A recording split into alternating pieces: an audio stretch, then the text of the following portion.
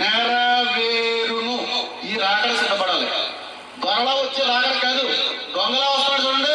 ఆయన ఏ సమయంలోనే రావచ్చు, ఏ జాములోనే రావచ్చు, ఈ సమయంలో రావచ్చు, రాత్రి నువ్వు పడుకున్నప్పుడు రావచ్చు. ఆయన వచ్చి వెళ్ళే సమయానికి నువ్వు కలిగి ఉండవలసింది రక్షణ.